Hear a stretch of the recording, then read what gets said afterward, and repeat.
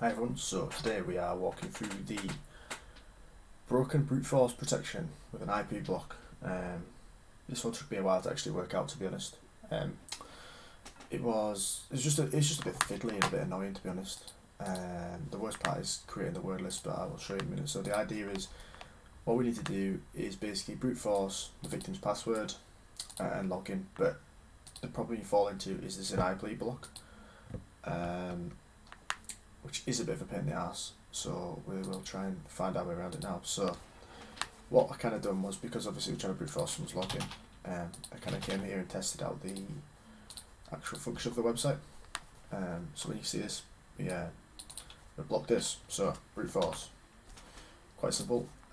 If you do want to know more about this one, it's kind of a bit easier, just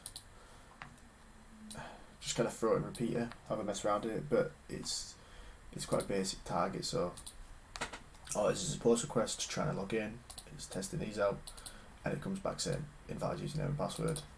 You think fair enough, whatever. So the idea is we need to basically pitchfork this one. So this is where it comes in different to like previous ones. I think it's only asked us to use Sniper before now. So what we're doing is we kind of pair this one. So what it's provided on this, it's provided a candidate password. It took me a bit of a while to work out that obviously because our IP has been blocked, we need to successfully log in in between methods. So what the broken access controls in this one is, if we log in, try a password as for Carlos with a wrong password, then straight after, if we try a correct password, then it resets with the Wiener and Peter, it resets the IP block counter. So now that it does this, we can go back to basically try a different password, and it doesn't block my IP. It did take me a bit of a while to this one out, and you do need to change maximum concurrence to 1 actually. So this was it took me a while to work out what this actually was, but I had to change this to 1. The reason for this is it's only sending 1 request at a time. You can kind of ensure that the login attempts are sent to the server just in the correct order, so it doesn't just fire through too quickly. But this is the community edition burp, so it tends not to, but it's still worth putting on just for anyone that's using Pro. So what we're doing is, these lists are quite an easy one. I will show you the lists that I've created first. So this is the password list we've been provided originally.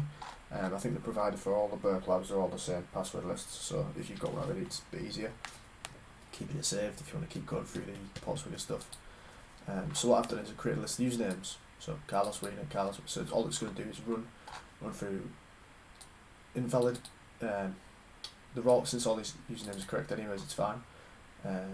But so it's going to try a password against this, then it's going to successfully log in, try a password against this, successfully log in. I do understand it's a bit small on my screen, but I don't know how to zoom in on this terrible stuff. I'll cat it afterwards, and then I'll show you. So actually I'll do that now.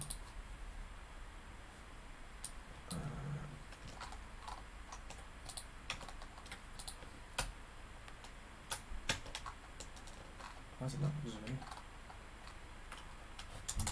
There we go. Right, so desktop user username, I called it, yeah.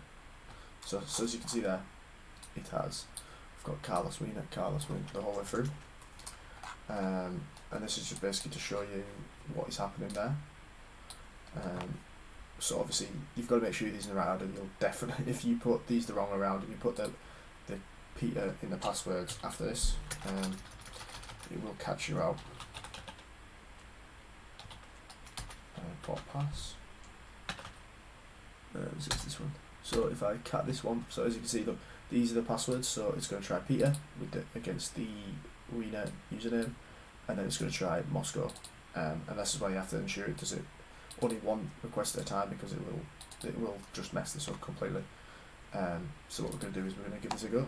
So the original one, usernames, that's what I've called it anyways, and then payload 2, we are doing the same thing but with the copy, which I've obviously added in between. It was a bit of a pain in the ass to do this one, but so we're going to give it a go. Yeah, so fire this off. So yeah, so when it 302s, it means it's redirected to successful login. So it's allowing me to basically run these against the Carlos user. But I will pause this and I will let you not watch this go on because it slows down very quickly. So I'll be back when it's finished. Right, so I'm back. So this word list decided to be an absolute pain in the arse and actually make me wait till the 177th request. If anyone's basically used Community Edition, definitely knows how bad this is. That was boring. I had enough time to go make myself some food and everything. So for this challenge, basically the username is Carlos, and the password is Dallas. There you go. So challenge complete. So just make sure you line your word lists up properly because I did mess this up once. Make sure the passwords and the usernames line up. So if you're putting Peter in between each password, then make sure it lines up with the username list. So if Wiener's 1, Peter's 1 in the other list. That caught me out once. But yeah, it just takes a bit of time. But just basically set this off and go get yourself some food if it's working. But that's it for now. So thanks for listening.